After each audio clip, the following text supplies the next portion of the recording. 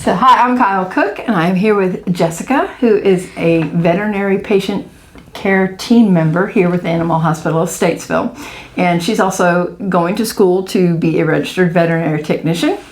For those of you who don't know, Jessica and Jada, who you probably all know, attended the VMX conference, which is the largest veterinary conference in the world, and it was in Orlando, Florida this year. Poor thing had to go to Orlando. She's a Disney girl, so terrible. She was in heaven. Can you tell everybody what going to a conference is like? Yeah, absolutely. So it was very overwhelming. There were a lot of people there. I think over 30,000 people attended this year. Oh, wow. But we spent most of our days in continuing education classes to further our education. I took several on customer service, learning how to better communicate with our clients and better communicate with our pets in some ways too. Several about behavior. I also learned some surgery skills. I learned about placing catheters, but a lot of skills that are very beneficial to us and our job on a day-to-day basis. And you said you also got to do some more interesting classes with some more unusual animals. I did. I took a couple of fun classes. I took classes about marine mammals like seals and otters and sea turtles. I also took a class about lions and tigers, larger feline medicine, and it was very neat because a lot of the instructors were high up in their field. The medical director of the Vancouver Aquarium in Canada, one of the veterinarians from Animal Kingdom. I also took a class with the lead veterinary technician from SeaWorld, so that was very neat. Ah, well, so if you have a narwhal or a sea lion, bring them in and we can set you up with Jessica here. So what classes do you think you got the most out of? What were the most impactful to you? For sure, I think probably my favorite was about communicating with senior clients and caring for senior pets. Seniors? Yes. I don't know anything about that. She communicates very well with me, so she's learned a lot. But I brought a lot back from that class, and I honestly think a lot of the client communication classes were very enlightening and just, learning how better to convey the value of our services to our beloved clients.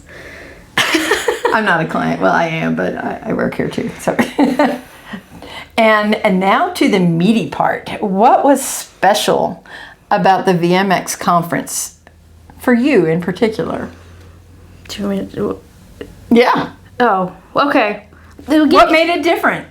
Well, okay. Do you want me to reveal it? Well, yes, but let me say something else too. Okay. So, I think one of the biggest things that I really took away from the conference as far as what was special was being in an atmosphere where everybody was so conducive to learning and everybody was proud to be in the veterinary field, and it was just so nice.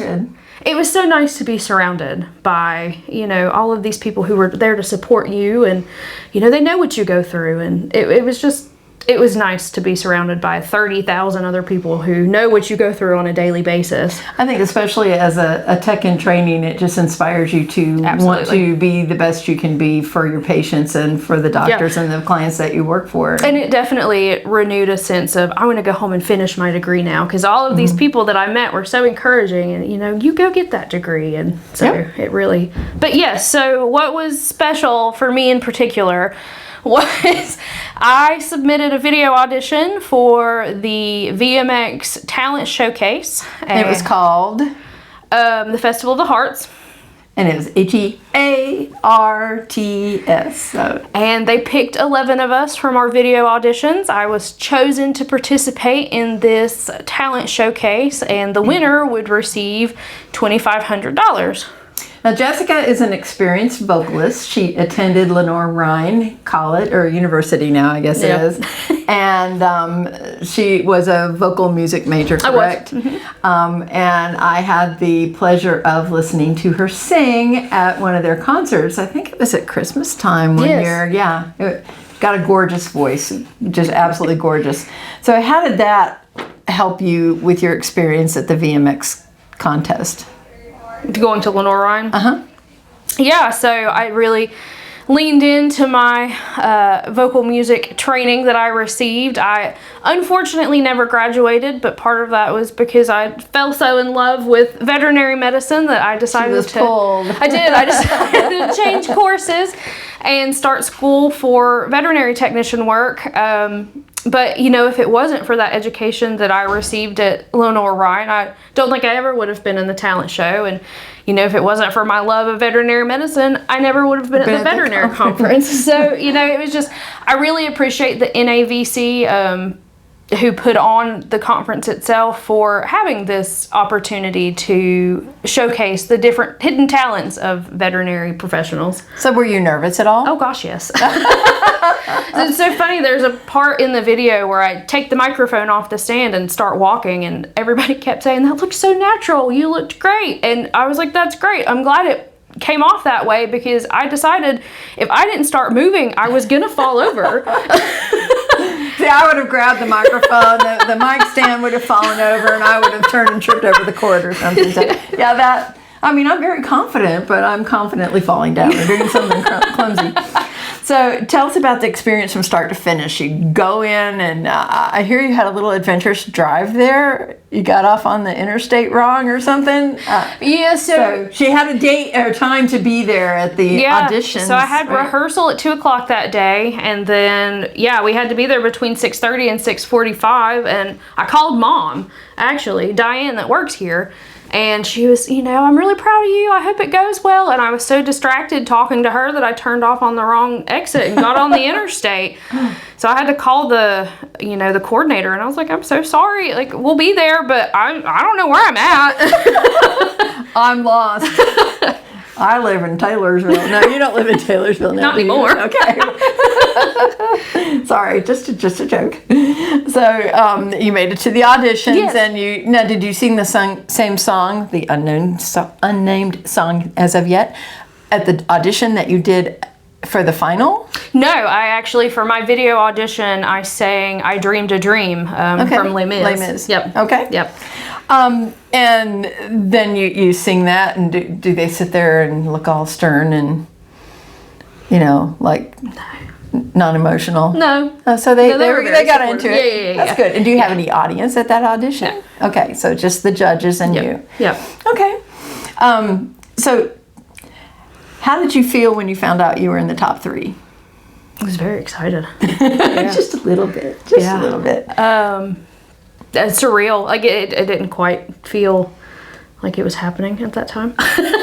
Well, she talked to me before she left, and I was like, you got a fantastic voice. I really doubted that there was anybody that had a voice like hers. I mean, especially, at a veterinary conference. Now, if she was in New York or something, she might have had somebody who is a little more equal, but it may be prejudice on my part, but I figured she would do well. Well, and the thing was too, it wasn't just singing. It was kind of like America's Got Talent, in that there were all kinds of different talents. We had some Brazilian dancers, and somebody did dog tricks with their dog named Basil, and we had that would have been stiff competition.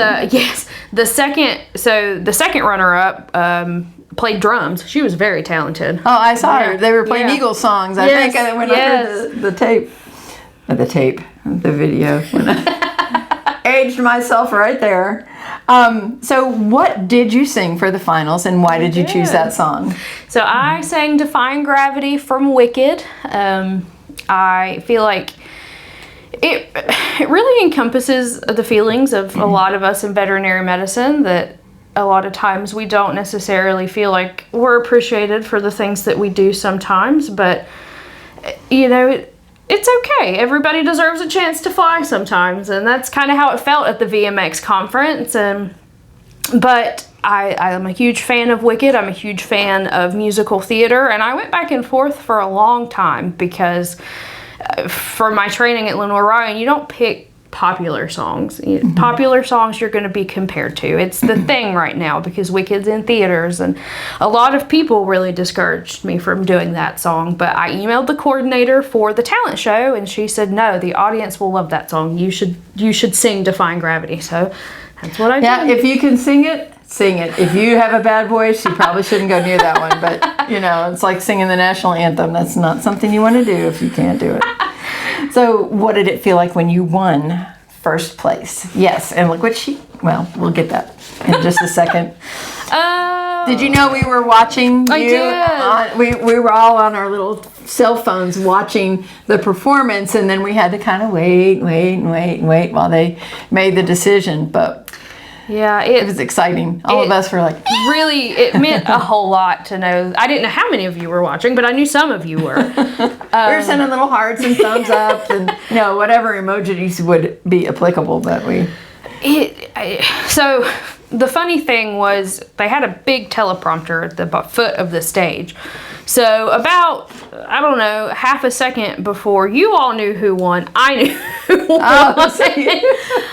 But it was so surreal, and I feel like everybody should have won for their individual talents because everybody was so talented in what they did, and I'm very grateful that I wasn't having to judge because there's no way to compare singing to drumming and dog tricks. Exactly. That makes it even more difficult because you can't be a specialist in exactly all of those things. But I mean, I think when you hear a good voice, you know it. When you hear a drummer, you don't always know what they're doing. I mean, it sounds good, but they may be off and we would never know. So, but yeah, it was, we were watching on our cell phones at night. I was getting ready to get in bed and Angela screamed out to me. I stayed with her on Monday night. She said, it's on.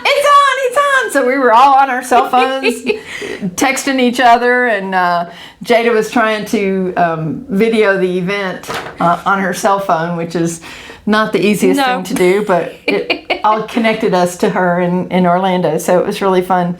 So what was besides this is her takeaway from the event. I don't think it's going to fit in the... It's not. Well, let's see. It doesn't fit, but it is a it's a representation of a $2,500 check. Sorry, I know.